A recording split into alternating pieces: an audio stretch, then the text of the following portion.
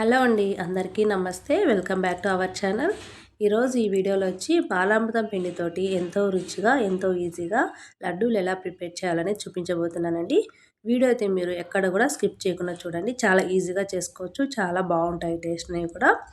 దానికోసం నేను ఇక్కడ స్టవ్ మీద గిన్నె పెట్టుకొని 2 టేబుల్ స్పూన్లు అయితే నెయ్యి వేసుకున్నానండి. నెయ్యి కరిగిన తర్వాత ఒక కప్పుతోటి ఈ కప్పుతోటి 2 కప్పులు అయితే బాలామృతం పిండిని అయితే తీసుకుంటున్నాను. సో బాలామృతం పిండి అయితే మిక్సీ పట్టైనా తీసుకోవచ్చు, లేదంటే డైరెక్ట్గానే వేసుకోవచ్చండి. సో నేను డైరెక్ట్గానే వేసుకున్నాను. ఈ పిండి అంతా కూడా నెయ్యిలో ఒకసారి కలిపేసుకున్న తర్వాత ఇందులోనే ఏ కప్పుతో అయితే పిండి తీసుకున్నామో అదే కప్పుతోటి అరకప్పు కొబ్బరి తురుము కూడా తీసుకున్నానండి. కొబ్బరి తురుము ఇక్కడ నేను ఎండు కొబ్బరి తీసుకున్నాను, మీరు కావాలంటే పచ్చి కొబ్బరి అయినా కూడా యాడ్ చేసుకోవచ్చు.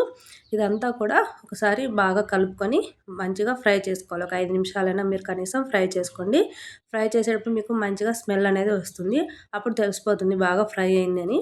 సో అలా ఫ్రై చేసుకున్న తర్వాత మనం తీసుకున్న కప్పుతోటే ఒక కప్పు వరకు పాలు, అలాగే అరకప్పు బెల్లం తురుము కూడా వేసుకొని ఆ పిండిలో అంతా కూడా కలిపేసుకోండి పాలు అనేవి. ఇప్పుడు ఫ్లేమ్ అయితే లోలో పెట్టుకోండి, హైలో పెట్టుకుంటే మనకు అడుగంటిపోతుంది. లోలో పెట్టుకొని ఇదంతా కూడా బాగా కలుపుకుంటూ ఉండండి. ఇదంతాసేపు కలుపుకోవాలంటే మనకి గిన్నెకి అంటుకోకుండా పక్కన సపరేట్ అయిపోవాలన్నమాట పిండి అంతా కూడా.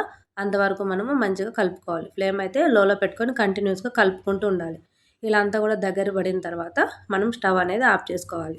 సో స్టవ్ ఆఫ్ చేసుకొని కొంచెం చల్లారిన తర్వాత మనం కావాల్సిన సైజులో ఉండలు అనేవి చుట్టేసుకోండి.